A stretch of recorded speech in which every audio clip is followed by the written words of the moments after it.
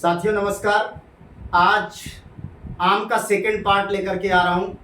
पहला वीडियो आपको उपलब्ध हो चुका है, दूसरा आज हम पढ़ेंगे आम के बारे में, जिसमें सबसे पहला विषय होगा आम की विभिन्न प्रकार की किस्में हैं, जिनमें से गृह वाटिका के लिए सबसे उपयुक्त कौन सी है। गृह वाटिका के लिए सबसे उपयुक्त है आम्रपाली। सबसे उपयुक्त वैराइटीज आम्रपाली है। आम्रपाली जो किस्म है, बौने पौधे पाए जाते हैं। किस प्रकार के पौधे होते हैं आम्रपाली के? बौने पौधे होते हैं। बौने पौधे होने के कारण इनका जो अंतराल होता है वो गृह वाटिका के अनुसार लगभग 2.5 इंटू 2.5 मीटर, 2.5 गुणे 2.5 मीटर के आसपास इनका क्या रखा जाता है? पौध अंतराल रखा जाता है। जो आम्रपाली वैराइटीज है ये किसका क्रॉस है? तो ये दशहरी क्रॉस नीलम। किसका क्रॉस है? दशहरी क्रॉस नीलम। इन दो किस्मों का क्रॉस है। कौन सी किस्म? आम्रपाली, जिसके बोनसाई पौधे होते हैं, गृह वाटिका के लिए उपयुक्त होती है। इस किस्म की अगर हम बात करें आम्रपाली की, तो 1 हेक्टेयर क्षेत्रफल में लगभग 16 से 1600 पौधे रोपित किए जा सकते हैं। मींस पहला अगर हम बात करें तो गृह वाटिका के लिए सबसे उपयुक्त किस्म कौन सी है? क्वेश्चन बनता है आम्रपाली सबसे उपयुक्त किस्म है। आम्रपाली किसका क्रॉस है? तो दशहरी क्रॉस नीलम का जो है क्रॉस है। 1 हेक्टेयर क्षेत्रफल में इसके कितने पौधे रोपित किए जा सकते हैं या लगाए जा सकते हैं दोस्तों? तो लगभग 1600 पौधे रोपित किए जा सकते हैं या लगाए जा सकते हैं। इस किस्म के लिए पौध अंतराल उचित क्या होता है?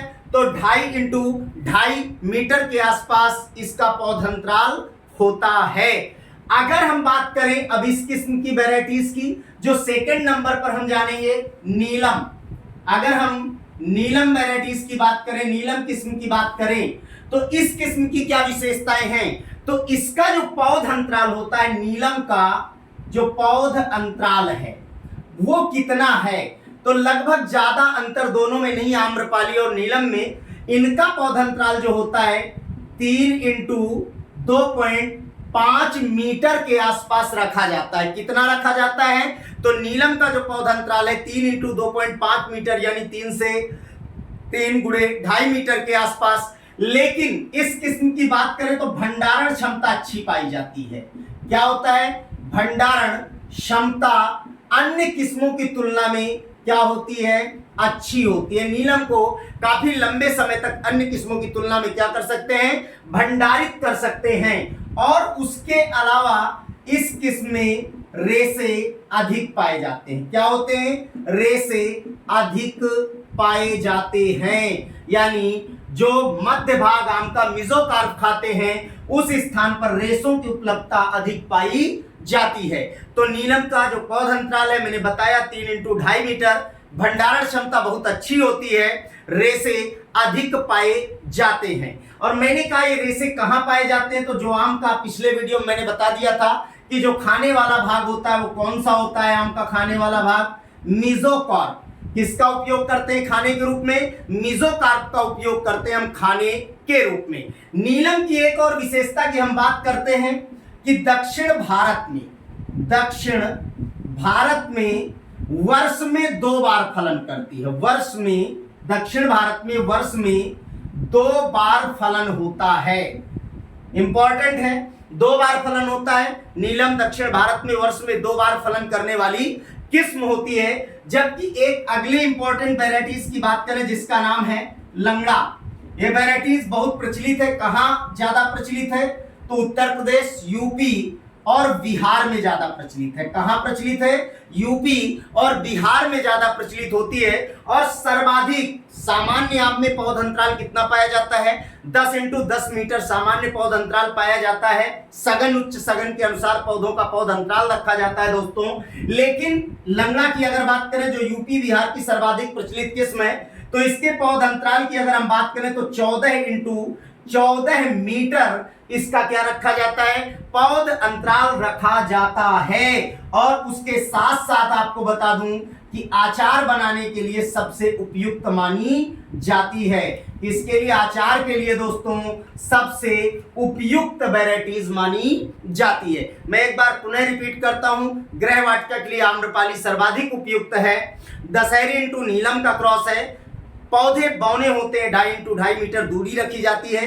1 हेक्टेयर क्षेत्रफल में लगभग 1600 पौधे रोपित किए जा सकते हैं। नीलम की अगर हम बात करें तो 3 इंटू 2.5 मीटर पौध अंतराल है। भंडारण क्षमता बहुत अच्छी होती है, लेकिन रेसे अधिक पाए जाते हैं। और नीलम दक्षिण भारत में वर्ष में 2 बार फलन करने वाली क्या होती है, किस्म होती है दोस्तों, वैरायटीज होती है। जबकि लंगड़ा यूपी बिहार की सर्वाधिक प्रचलित किस्म है, जिसका सर्वाधिक पौध अंतराल होता है 14 इंटू 14 मीटर के आसपास, और आचार के लिए क्या होती है, सबसे उपयुक्त मानी जाती है। उसके बाद अगले क्रम में चलते हैं कि जैसे वैरायटीज है अगेती, पछेती, मध्य, तो उसके अकॉर्डिंग हम अध्ययन करते हैं। तो अगेती और पछेती और मध्य 3 स्तर पर हम क्या करते हैं, वैरायटीज का उत्पादन लेते हैं। जिसमें सबसे पहले हम बात करेंगे किसकी, अगेती किस्मों की बात करेंगे। किसकी बात करेंगे, अगेती, जो सबसे पहले उगाई जाती हैं या जिनका सबसे पहले फलन या पुष्पन होता है समयावधि के अनुसार। तो अगेती में सबसे पहले आएगी आपकी बॉम्बे ग्रीन। कौन सी आएगी, बॉम्बे ग्रीन। बॉम्बे ग्रीन की अगर हम बात करें तो बॉम्बे ग्रीन जो वैरायटीज है इसका एक दूसरा नाम है सरोली। कौन सा नाम है इसका, सरोली नाम से भी इसे जाना जाता है बॉम्बे ग्रीन को। उसके अलावा अल्फांसो है, हिमसागर है और गुलाब खास है, केसर है। तो कौन कौन सी, हिमसागर, और उसके अतिरिक्त गुलाब खास, इंपॉर्टेंट वैरायटीज हैं गुलाब खास।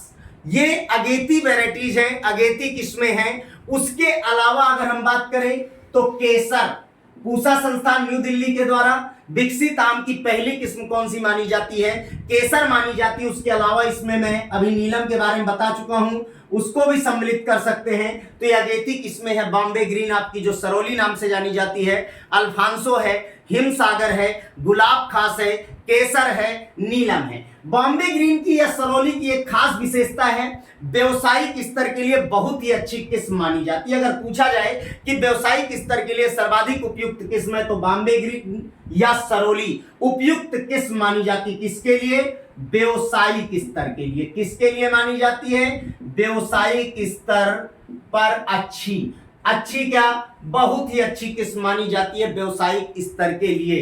नीलम के लिए मैंने बता दिया कि दक्षिण भारत में वर्ष में 2 बार क्या करती है, फलन करने का कार्य करती है।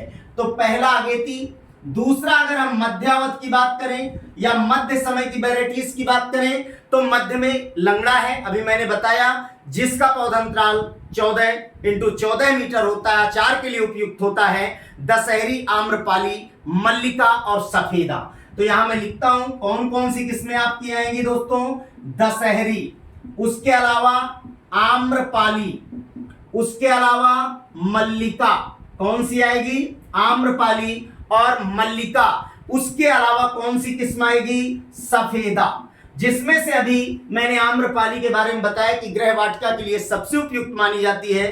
बौने पौधे होते हैं, पौधा अंतराल 2.5 इंटू 2.5 मीटर होता है, तथा उसके अलावा मैंने बताया 1 हेक्टेयर क्षेत्रफल में लगभग 1600 पौधे इसके क्या किए जा सकते हैं, रोपित किए जा सकते हैं। तो लंगड़ा, दशहरी, आम्रपाली, मल्लिका, ये आपकी कौन सी है, मध्यावधि की वैरायटीज हैं। उसके अलावा अगर हम तीसरे पॉइंट पर बात करें, जो आपकी पिछेती किस्में हैं या पछेती किस्में हैं, जो लेट किस्में हैं, फजली है, चौसा है, बोनी शान है, कंचन है और भी है, लेकिन यहां पर सबसे पहले मैं लिखता हूं फजली। कौन सी लिखता हूं, फजली। फजली के बाद मैं बात करता हूं किसकी, चौसा की। इंपॉर्टेंट क्वेश्चन है, चौसा आम में सबसे मीठी किस्म होती है, सबसे मीठी, याद रखेंगे। क्वेश्चन है आम में सबसे मीठी किस्म कौन सी होती है, तो सबसे मीठी किस्म आपकी पाई जाती है कौन सी, चौसा। और उसके अलावा फजली जो पछेती वैरायटीज में आती हैं, उसके अलावा बोनी शान, कंचन। बोनी, सान और कंचन, ये आपकी पिछेती किस्में हैं जिसमें चौथा सर्वाधिक मीठी होती है। आम में जैसे सिंधु बीज रहित किस्म पाई जाती है, बहुत आंशिक बीज की उपलब्धता या उपस्थिति होती है सिंधु में। और अगर हम बात करें सबसे मीठी कौन सी होती है, तो सबसे मीठी होती है चौसा आपकी। उसके अलावा आपको बता दूं, दो किस्में हैं मुख्य रूप से, पूसा, सूर्या और अक्षय। कौन कौन सी? एक है आपकी पूसा, सूर्या, उसके अलावा अक्षय। ये आपकी IARI न्यू दिल्ली से विकसित है। कहां से विकसित है? IARI कहां से? नई दिल्ली से विकसित। कहां से विकसित है? नई दिल्ली से विकसित वैरायटीज है। नई दिल्ली से क्या है भैया? विकसित वैरायटीज हैं पूसा, सूर्या और अक्षय। पूसा, सूर्या और अक्षय IARI नई दिल्ली से विकसित किस्में हैं। उसके अलावा आम पर सबसे पहले कार्य किसने किया संकरण का? तो दो वैज्ञानिक हैं, एक का नाम है बर्न, दूसरे का नाम है परयाग। इन दो वैज्ञानिकों ने सर्वप्रथम भारतवर्ष में आम पर संकरण का कार्य किया। कहां पर किया? तो आम पर संकरण का कार्य किया। किसका कार्य किया? संकरण का कार्य। लेकिन किया कहां इन दो वैज्ञानिकों ने?